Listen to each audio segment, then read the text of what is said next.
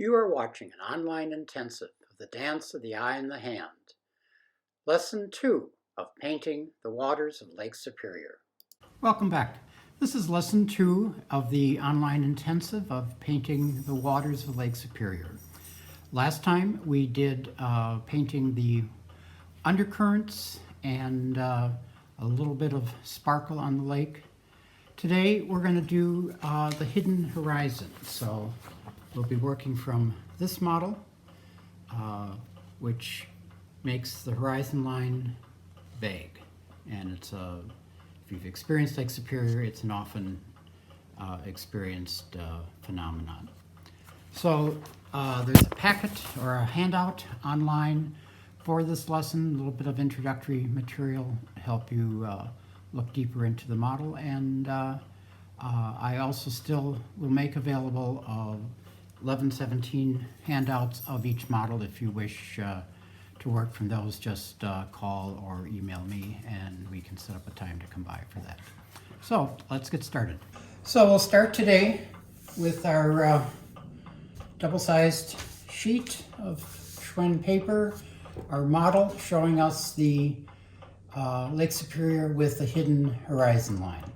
I'm going to prep some color, take a little bit of water in 3 different mixing dishes here. And in the first one, I'm going to pick up a little bit of indigo, which I had just freshly squeezed into this dish, and I'll mix that in the water. As we're doing this, you want to look at the painting and again try to discern a couple of things. One is structure, looking at how is the water organized? What are the sections? What sort of discernible pieces can you make of it? There's some places where I can see a little tinge of that carmine red, some places grayer, some places bluer. I'm also aware in this rendering that the energy is mostly flowing horizontal, both in the water and in the sky. So there's just movement. There's not an undercurrent as we experienced in the last or the first piece. So here's my indigo. I'm not going too dark because I want to build a lot of layers. I'll put a little more of that indigo into this dish and then add just barely a titch, a half titch of ink. Again, I'm going to want to keep these tones fairly thin. So I have my indigo, I have my gray. I want to add just a little bit more gray to that. And when I test my color, I always dry my brush, just put the tip in, mix it a little bit, and then test. And I have blue, I have gray. Clean my brush, and then I want to do some of the carmine, which this I had squeezed out earlier and has dried in my dish, but is still perfectly usable, so there's really no need for wasting pigment.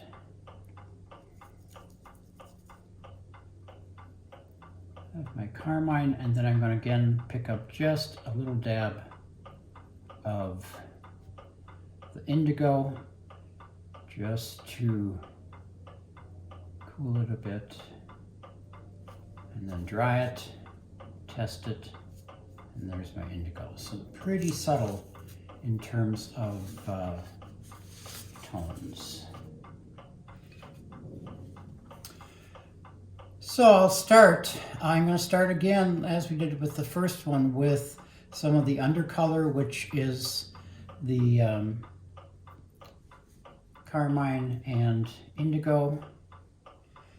And I don't see much of it high, but I see a good amount of it down near the middle of the painting. And pretty much the theme here is going to be doing long horizontals, maybe using the side of my brush, scraping it. I'm really using almost the butt of the brush just to get the beginnings of this pattern or trend of horizontals, and doing this in the carmine. I'll just put a little bit of it, very dry, broken line, higher in the composition. And I can dry my brush. I'll pick up some of the indigo, and again, just almost using the side of the brush, scraping, just getting some beginning pattern as I move across the page. So I'll pick up a little more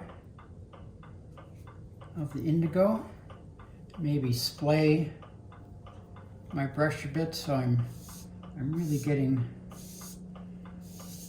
just sort of the bare hint of line. And I'll start establishing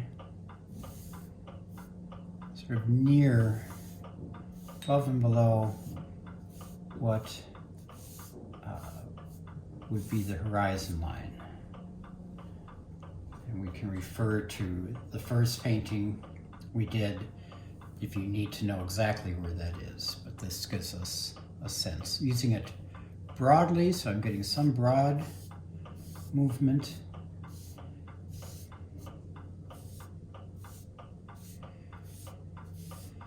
And in this area here, it's almost solid or flat tone. So there's a little bit of movement from seeing what would be the beginnings or endings of waves and seeing just sort of the smoothness of the water.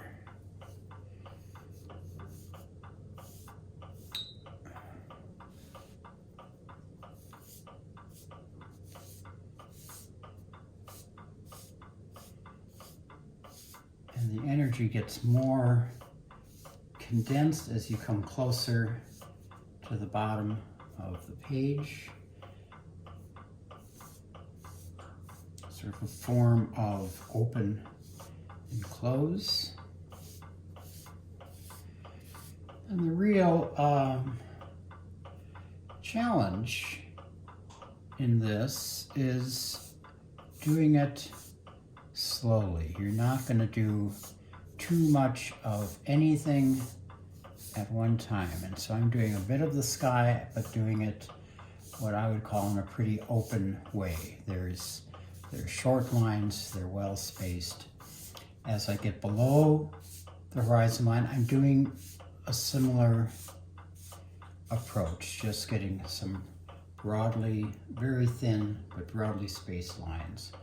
As I move closer to the bottom, I can start putting in larger swaths of the indigo in. And right to left, on the right side, this is more closed. On the left side, you get to see more of the individual line and more of the paper coming through. So again, in a variation of open and closed, we'll have open, and this is closed. This is a tighter weave. I'm going to shift now, just clean my brush off a bit, to that indigo that we mixed with the gray.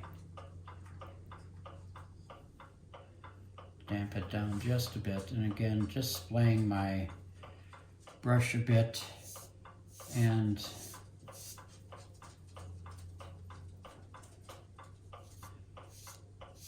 I'm going to focus this round of going over some of that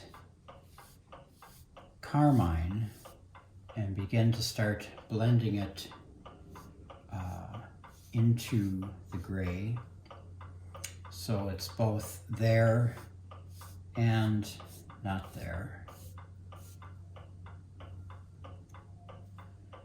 So as we do in other experiences with the brush, with copying a model, you want to sort of try to unweave the tapestry. Here we're doing the same thing with color. And so it takes some time, and again we refer back to the clock dial I showed in the first lesson, where you spend a good portion of your time prepping your brush, another good portion of time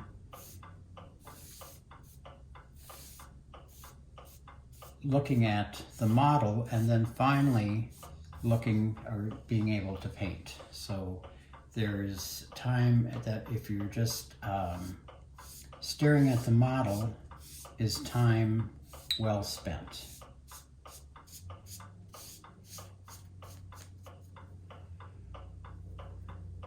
And again, this is very much like just painting all of the drops of water that make up this inland sea.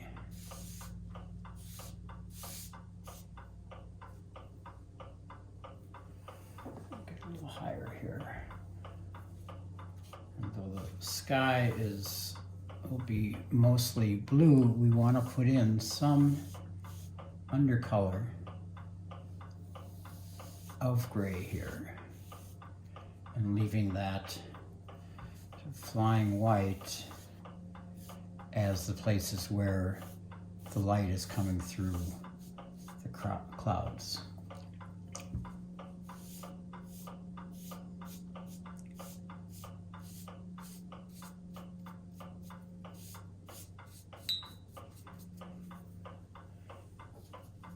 So that's our first layer. And I think I want to let this dry just a little bit. It doesn't have to dry totally, but maybe about half to 3/4, so it's set enough that I can add on top, and yet there's still a little bit of blend. So let's let this dry. So this is progressing nicely. It's just a little bit damp. I'm going to switch now to my hockey brush, and these are available through Blick or any of your local art materials, or wet paint. They're basically a bamboo handle with a soft white hairs. I get a little bit wet. Let me get a little extra tissue if I need to take some more water out of it or tone out of it. And I'm going to start again, this time with a little bit more of that carmine mixed with a little bit of indigo. Dry it off a bit, and again splay the hairs. I'm not wanting to get a broad flat stroke, but really some long, almost flying white. Fairly light in my touch, just getting a little bit of tone, but more importantly getting this repetition of horizontal line. Dry that off, wash that off a bit, and then I'm going to go back to the indigo. And again, this is fairly light. Again, splaying it a bit, pulling it towards me, pulling it away. It's pretty messy haired, and then bringing it across.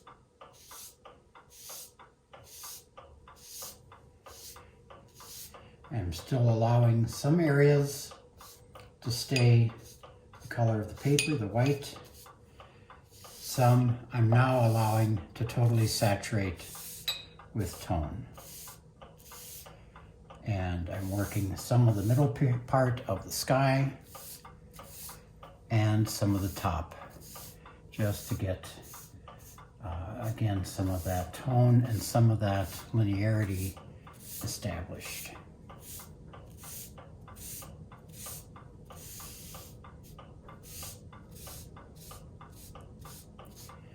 pretty dry, so I can use it to just add a little more texture. Then I'm going to add some more water to this indigo, maybe 2 spoons. Remix it.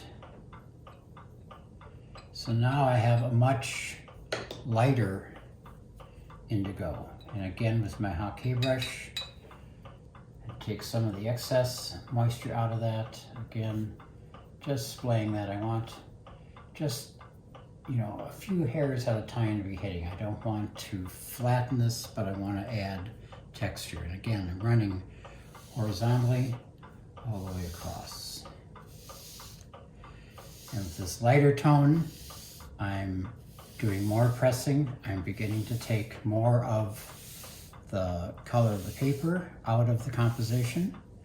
Now as I hit to where I imagine the sky is beginning, or the sky is, then I'm lessening some of that pressure, not exercising as much press.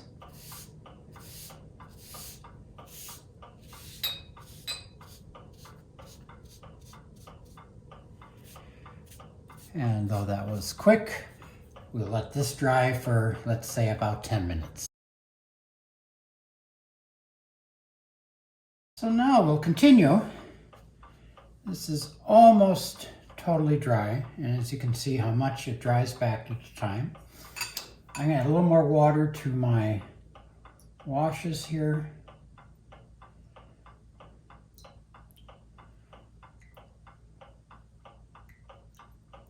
And then add just a little more ink. Oops. To the gray one. And that I'm going to keep pretty light. Refresh my tissue so I can dry this brush out. Then I'm going to make some more of the indigo. And this time with the indigo, I'm going to go with a little more pigment in it, a little more color. So in pretty much every layer, I'm changing the color quite subtly so that I get a variety of tone as I make these layers. And I'd added water to the carmine and indigo mixture. Maybe add just a little more indigo to that, just to change the tone of that. And I'm going to start this time with just my landscape brush or wash brush, but a small one. And again, beginning to make these sort of scraping lines across.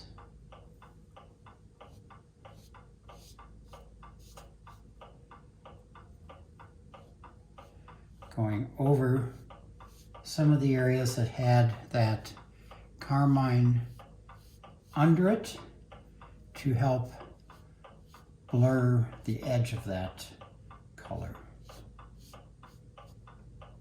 So anywhere where I can see a beginning or an end of that, or some of that appearing just a little bit too sharp, I can go over it with now some of that indigo. And slowly, each time I come across, I take out perhaps a little more of the white. On this whole sheet, on this whole painting, there really is no area that is pure paper. In time, we will cover all the paper up. I'm hitting what's sort of the middle of the painting, a little bit beyond the horizon line. And again, if you lose the horizon line, you refer back to your first painting or the next ones in this series. It'll help you place where that horizon line is.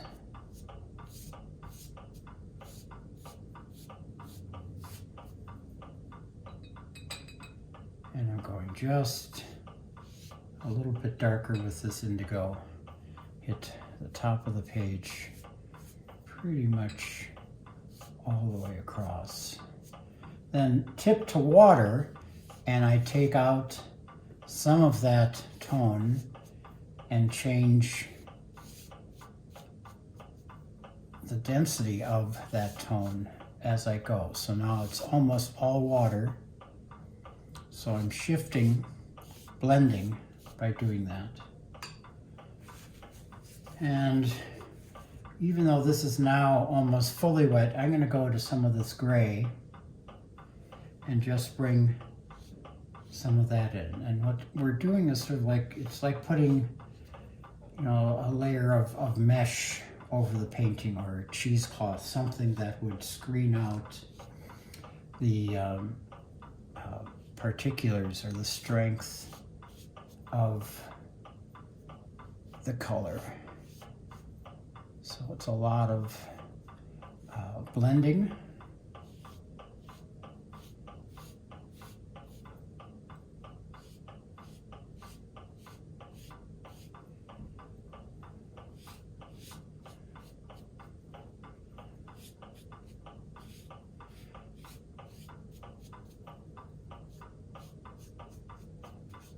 As I said earlier, I've pretty much taken all of the color out, or of the white out, excuse me, taking all the white out. And I'm gonna go back now. I've loaded up with indigo, dried it a bit, and just adding a little bit more. I'm really getting this sheet pretty super saturated at this time.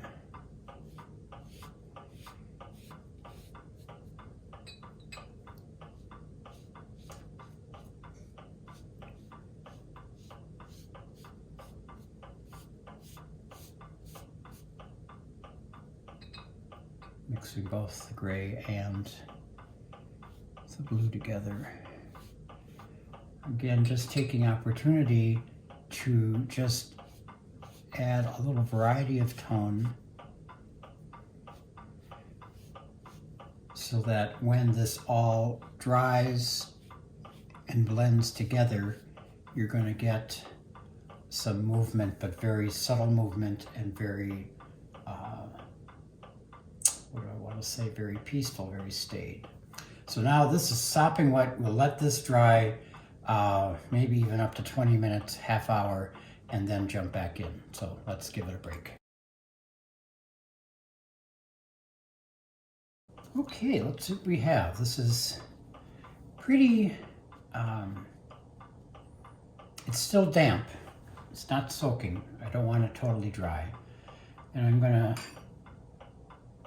again refreshen some of my color, primarily the indigo.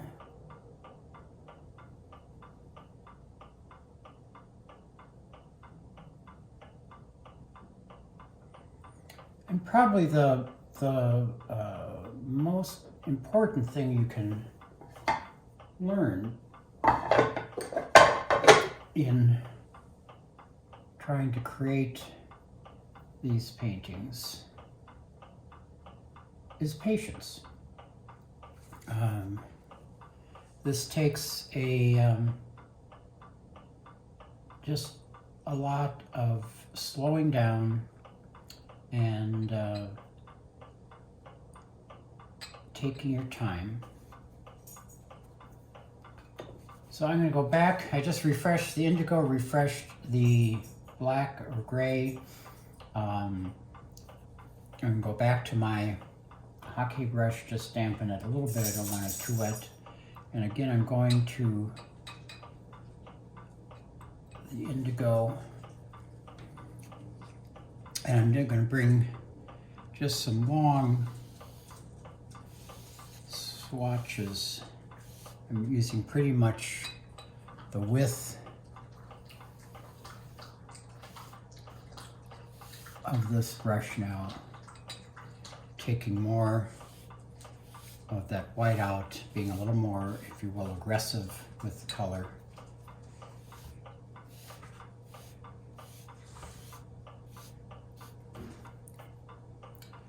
And then I'll do a little bit with the gray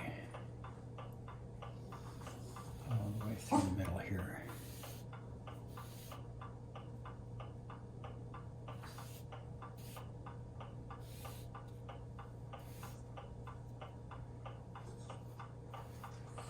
And this step is going to take us pretty quickly to saturation. I don't want to overwork the paper. The paper will start to deteriorate, but I want to do enough to start blending some of these areas. So we'll let this dry again. So we'll start again. This is, again, maybe 80 to 90% dry. It's not bone dry, but it's just a little bit damp. I'm going to refresh my washes here. Pick up a little bit more of the indigo.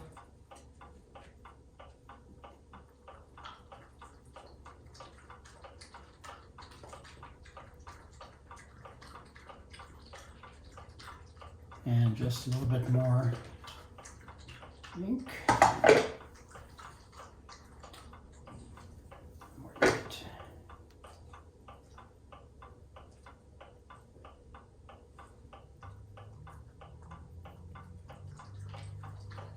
And I want just a bit of that in the indigo.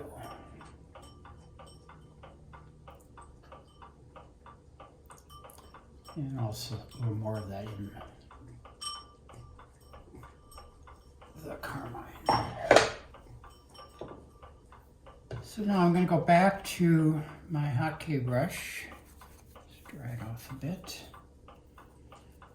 And I'm going to start with some of the indigo. I'm going to start at the top, sort of trying to thicken the top a bit, and this sort of, it's not quite a stripe, but it's a more solid area running through it. And then down towards what I believe to be the horizon, I'm just going to strengthen some of that as well.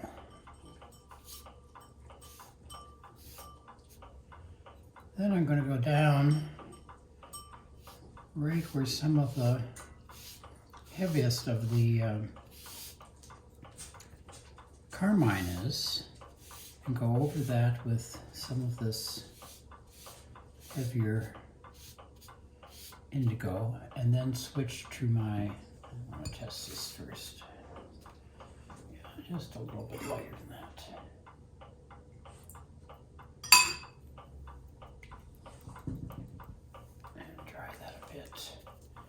And I'm going to, again, splay my tips here so I'm not doing too much at once. But again, just running over where some of that carmine is to make that really be undercolor. And so what I'm doing is really flattening this color a bit. And by this motion, also reinforcing that sense of horizontal line, that sense of the water is really quite calm at this point. And then just some really loose with the carmine, not much, but really to kind of set some of that undercolor and bring some of that above the horizon line, but again, not too much. Pick up a little more gray here, just to bring this off.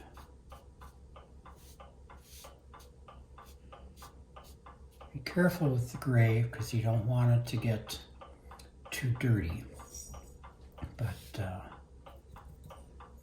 you do want it to start just building and building and building, so it gets to be a softer tone to it.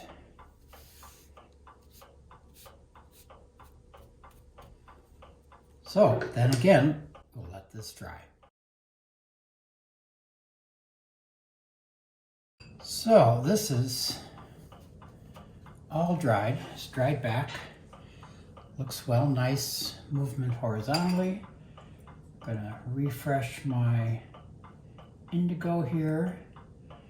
And looking at what I've done, looking at my model, what's left is to flood a number of thin layers to sort of smooth this out so it blends into a more united surface. So I'm going to take a little bit more indigo.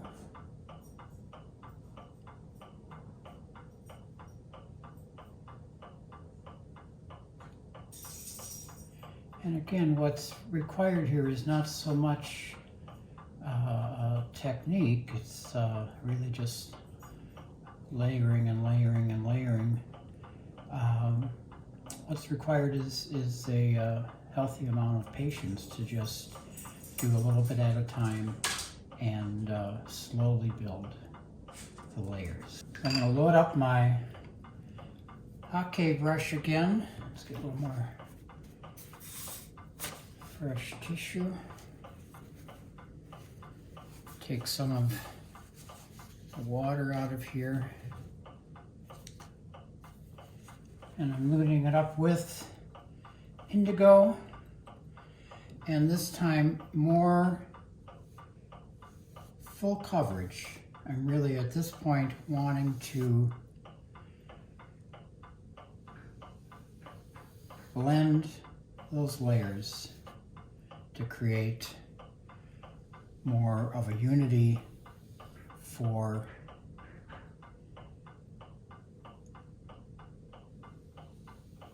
this water and then the sky.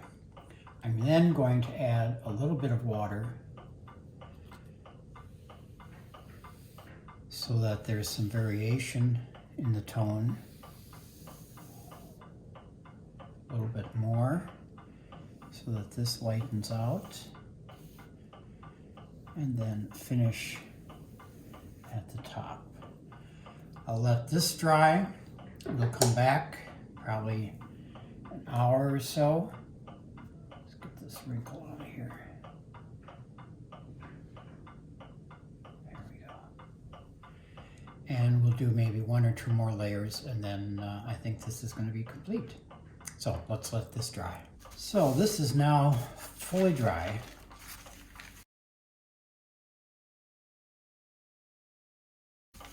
I actually let it dry overnight. And I just want to add maybe just one or two more layers to solidify the base. So it's a little more substance so the sky opens up. So I again just refresh some of my washes. I think at this point it'll be primarily the indigo and the ink wash. I add just a little bit of indigo here. I'm now going to be working with less pigment just to start to unify the different layers.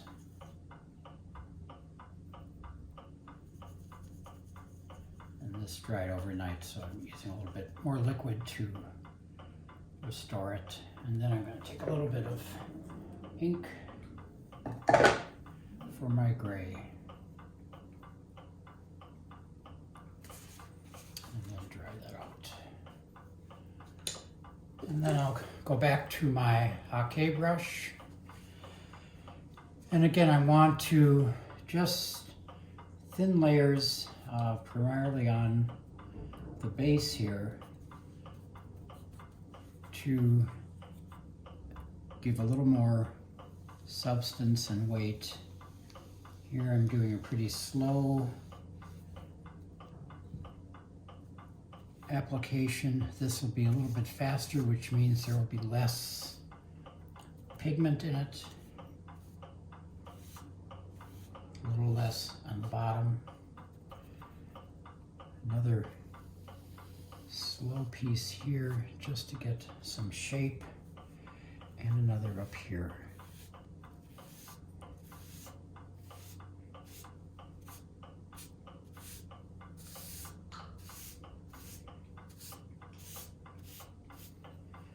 And then I'll use the same with some gray, adding that right on top, again to bring a little more. What this is doing is sort of blurring my layers, a little less here, and a little more at the top.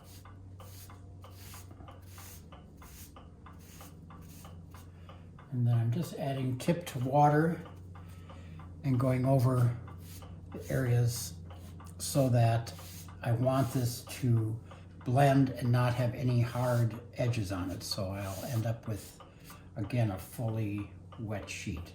Now we have to let that dry again. Okay, so now this is just a little more than halfway dry. It's a little bit damp. It's not soaking wet, but just feels a little bit damp to the touch.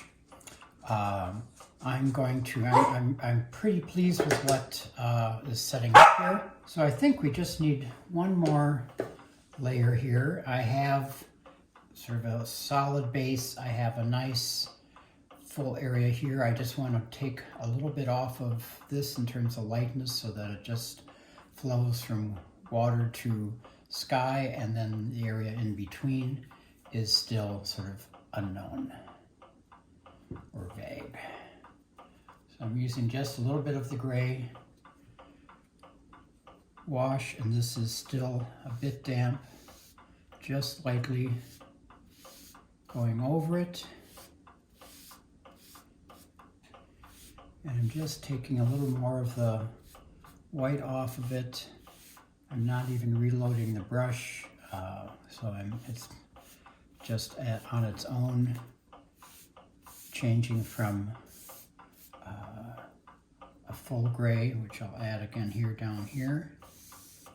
Now my paper, and this may be happening to you, is beginning to pill a little bit. Little bits of parts of the paper are rubbing up.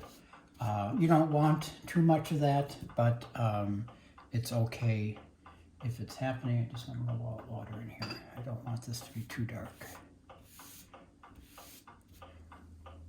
And just barely adding anything to the top except at the very top. So just to still keep that with some light coming through it from below. Bring this off a little bit more. And I think that'll be it when it dries. But we'll let this dry totally, see what we have. And but for now, we'll let it dry.